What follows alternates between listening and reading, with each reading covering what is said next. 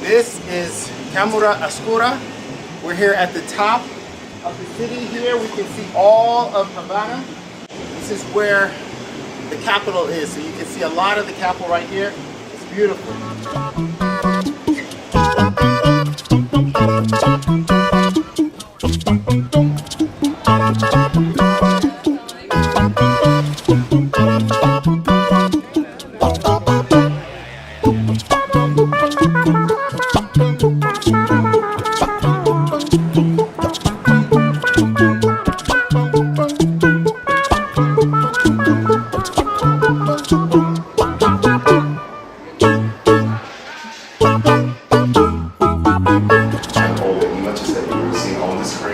Invented by Leonardo da Vinci, the camera oscura projects a 360-degree panoramic view of old Havana. Real-time images of the city are projected into a darkroom using basic principles of light and reflection. It is the only one of its kind in Latin America and the Caribbean. Lo que realmente va pasando abajo son imágenes reales, like cars, persons. Yeah, this is real time. You can kind of reverse cycle. That's going to make a break show. Okay, so it's a wet ball. This is already heavy. Don't do that on surface. It's really dangerous. So back to our money issue. We quickly ran out of money. So we found the nearest ATM machine with the understanding that we would get a horrible exchange rate. What we found was that the ATMs in Cuba currently do not even accept any cards from America. The 2 cards that we tried were immediately declined. So now we had to move on to plan B.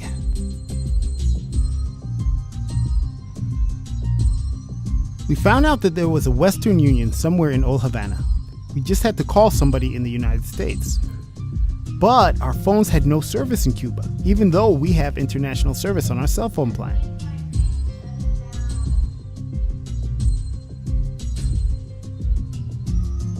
By afternoon, with the little money we had, we went to a nearby hotel that had internet, and we contacted Yasmin, my sister-in-law, through internet texting apps. She actually had wanted to go on this trip, but we couldn't work out the logistics. But even voice calls were not allowed through the apps. Just texting. She immediately wired us the money in Mahima's name, which we planned to pick up the next day. With only granola bars left, we had to figure out what we were going to do for food until tomorrow. We went to the nearest grocery store to find maybe some fruits, vegetables, and eggs. But because of the Cuban embargo, most of the food that would be imported into the US out of season were just not available in Cuba. The only fresh produce we saw were these large avocados.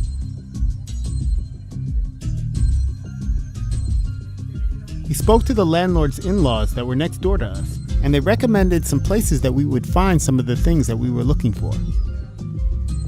We ended up going to a nearby grocery store and got some pasta and sauce for about 3 pesos, which left us with only about 10 pesos. But to our surprise, we enter our apartment and Marcel, the manager of the apartment, had left us some food. So you know our predicament that we lost my wallet, so we lost a lot of the money that we had. So we were a little bit worried about food, where we were going to get food. But look, we came in and we have eggs, we have bananas, we have bread, we have, I don't know what this is. I think this is I think this is not a guava, I think this is a avocado. I think so. We got plátano, we got lemon. See, this shows the beauty of the Cuban people. I mean, they understand our needs and they helped us out. We didn't even ask. Alhamdulillah.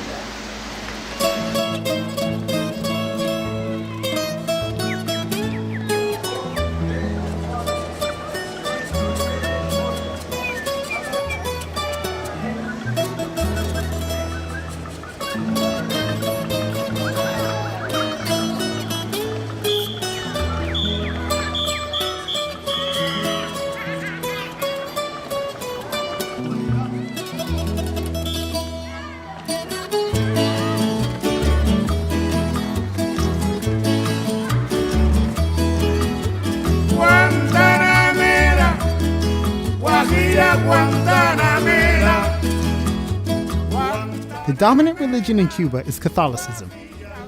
Before the Cuban Revolution of Fidel Castro, all the other religions were outlawed.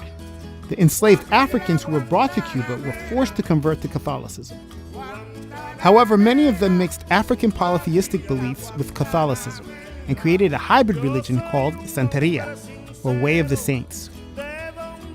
However, despite the strong influence of African pagan beliefs in Cuba, remnants of African Muslim culture emerges through common Cuban names such as Ibrahim, Jamila, Medina, Omar, Minna, and even in some of the music of Santeria. Dice salam aleikum, aleikum salam. Dice salam aleikum, aleikum salam. Dice somos no somos, somos.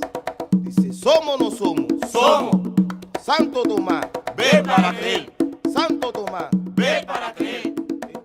Ana, ana, ana, ana, la la la la, ana la la, la la la, la la la la, la la la.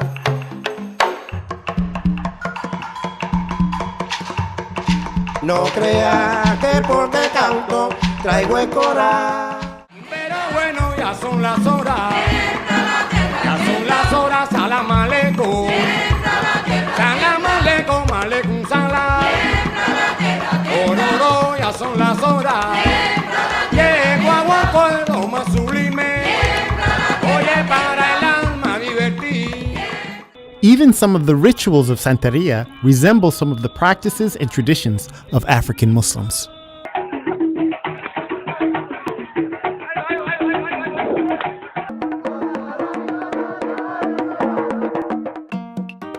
In 1959, when Fidel Castro came to power, he prohibited all religions. However, as years passed, the government relaxed these restrictions. Catholicism and Santeria became the two most popular religions in Cuba. Back in the Middle Ages, Muslim troops from North Africa called Moors conquered Hispania, an area that included most of modern-day Spain and Portugal.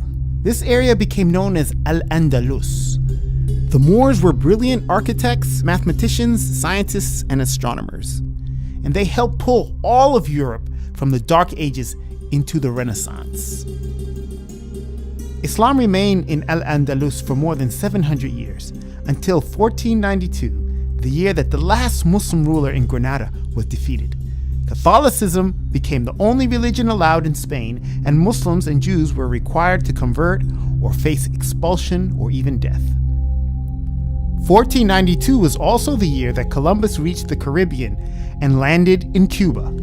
Soon after his arrival, the Spanish colonizers began subjugating the native Taino people, and Catholicism was imposed.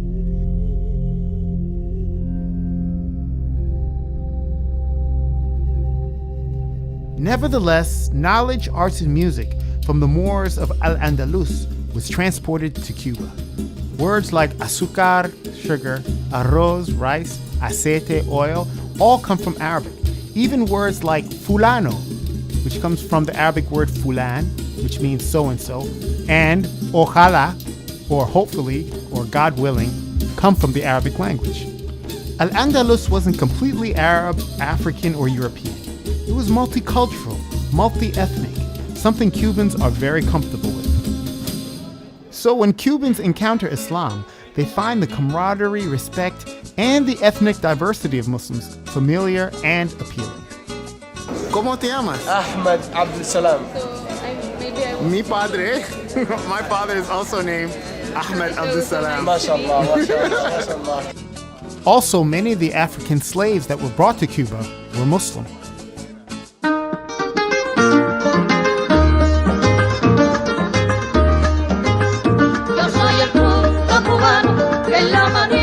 Vivía cuando el maní se batía con el machete en la mano, con el machete en la mano.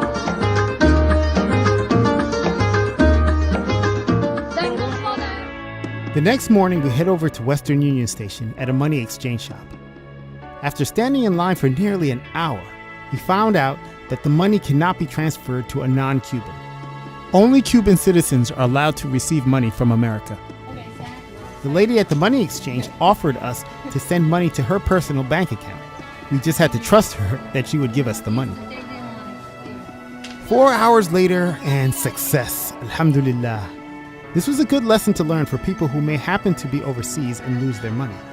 Within 5 minutes of arriving to our destination in Havana, my wallet was gone. But alhamdulillah, we were able to make it through.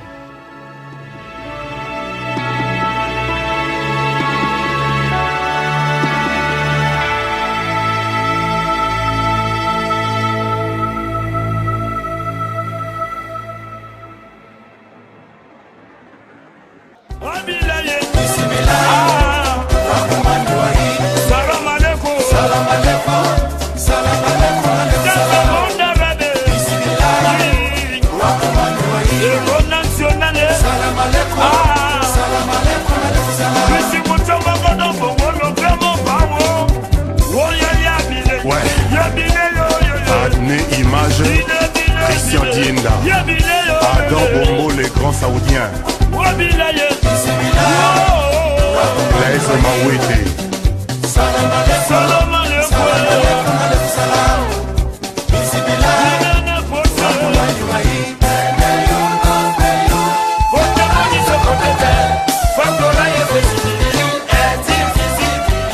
Gadi Fankeng, le grand Camerounais.